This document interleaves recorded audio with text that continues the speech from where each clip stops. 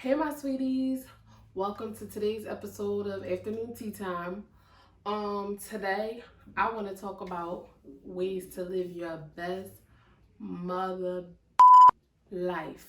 Okay? So a lot of times people always tell me like, "Girl, you living your best life," and I'm trying to live my best life like you, and I be like, "Well, do it then." Like, you the only person stopping you from living your best life. I mean, things come and go in this lifetime, and we go through our trials and tribulations. But other than that, we can once we get a handle on those things that we can't control, the things that we can control should come easy to us. These are a list of my top 10 things to do in order to live your best life. Number one, what other people think.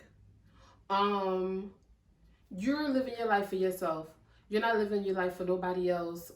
People, they say they born alone and they're gonna die alone. I mean, it's really the truth. At the end of the day, you're the only person that's in control of your life.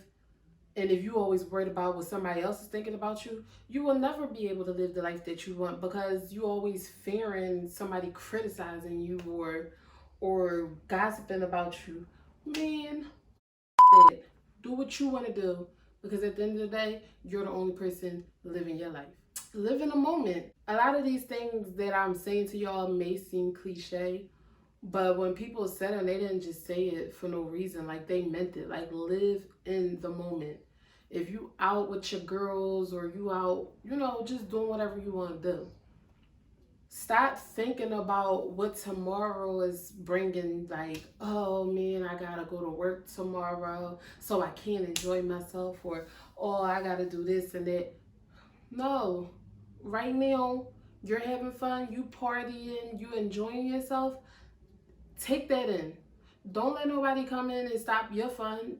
Live in the moment. Just live in the moment. I think one thing that I struggled with in my adult life, like when I first became an adult, was figuring out what I want. And people always say, find out what you want to do. A lot of people find out like things that they like, I guess, in dating or just like different experiences that may come up. Um, and it's really important. And the best way for you to figure out what you like to do is for you to do things that you have never done before. So yeah, you may have went bowling and you might like bowling. So that's one thing that you like to do. But have you tried other things? Have you tried to go karting? Have you done laser tagging? Have you done bungee jumping? Have you done like anything that you could think of? I mean, look into it. If you're interested, you're interested. And if you're not, and that's not your cup of tea, then literally you don't have to do it. But at least you should be exploring new things so that you can find out what you like to do. Stop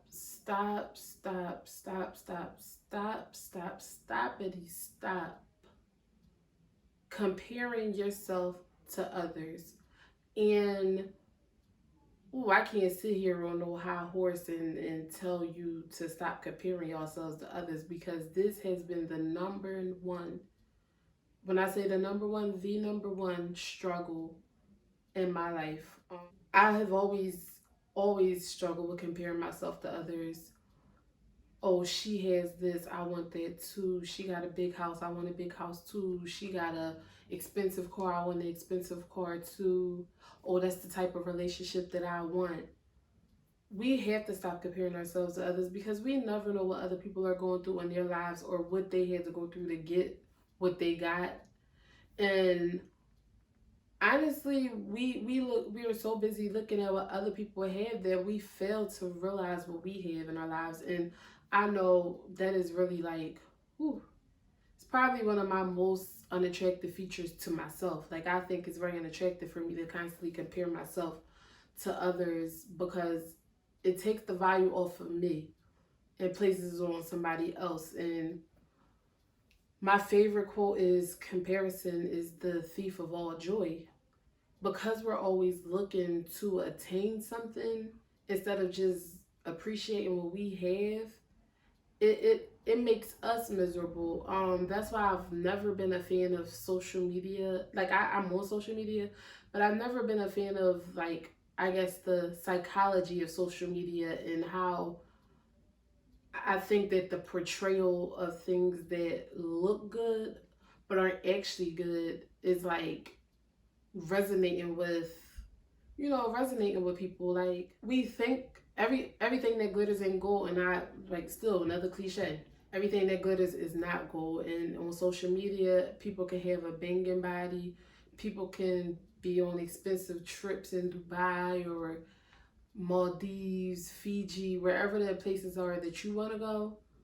But you ain't know that they was selling they behind on Backpage, or they was doing something strange for a little piece of change, or they were con artists, or they were, credit card frauds. Like, you don't know what people did to get that.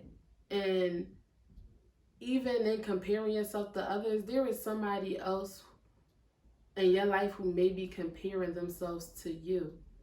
And here you are worried about somebody else, and somebody's sitting there admiring what you have, and you can't even see it because you're too busy looking at what the next person got.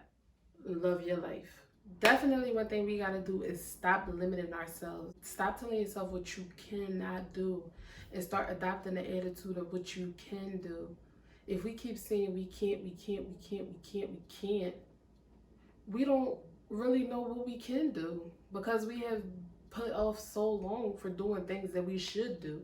It's like, for instance, I go jogging and I was walking back, and my boyfriend was like, "Oh, we going to run back." And I'm like, "I can't do it. I can't do it." And he was like, "What you mean you can't do it?" And I said, "I can't do it." And then you know, he was like, "Oh." And I'm like, "Come on."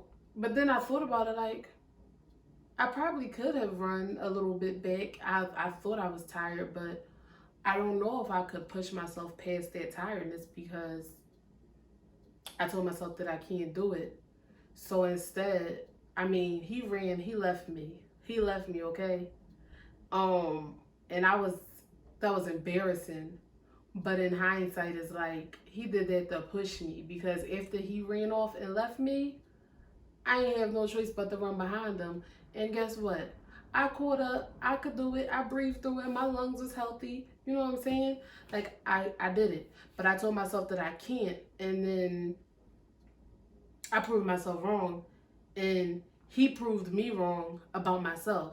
So I'm definitely grateful for that. But stop limiting yourself. If I would have continued with those self-defeating thoughts, I wouldn't be where I am today. And that's even beyond a sip of sweet tea. That's me applying to get my master's degree, me applying to get my bachelor's degree, me going to places that I never thought I would go to. And if I would have continued to tell myself that I can't do it, I wouldn't have made it.